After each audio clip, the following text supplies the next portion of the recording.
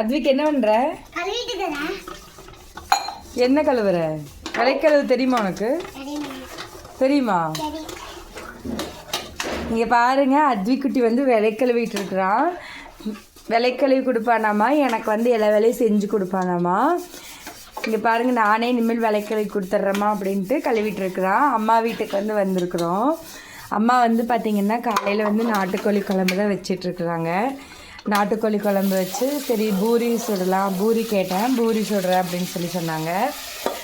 நாட்டுக்கோழி குழம்பு, அதுக்கப்புறம் பார்த்திங்கன்னா பிரியாணி செய்கிறேன்னு சொன்னாங்க. மதியானத்துக்கு பிரியாணி செஞ்சுக்கலாம், பிரியாணி செய்கிறேன்னு சொன்னாங்க. பிரியாணிக்கு வந்து சிக்கன் தனியாக எடுத்து வச்சுருக்காங்க, மத்தியானத்துக்கு அரிசி ஊற வச்சுருக்காங்க. அத்விக்குட்டி வந்து காலையில் விலை கழுவிட்டு இருக்கிறாங்க. வேண்டான்னு சொன்னாலும் கேட்க மாட்டேங்கிறேன், நான் விலை கழுவேன் அப்படின்னு சொல்லி விலை கழுவிட்டு இருக்கிறான். அப்பாவே வந்து கோழியெல்லாம் வெட்டிட்டாங்க, கோழி பிடிச்சிட்டு வந்து கோழியெல்லாம் வெட்டியாச்சு. அம்மா வந்து காலையிலத்துக்கு குழம்பு வந்து ரெடி பண்ணிகிட்டு இருக்கிறாங்க.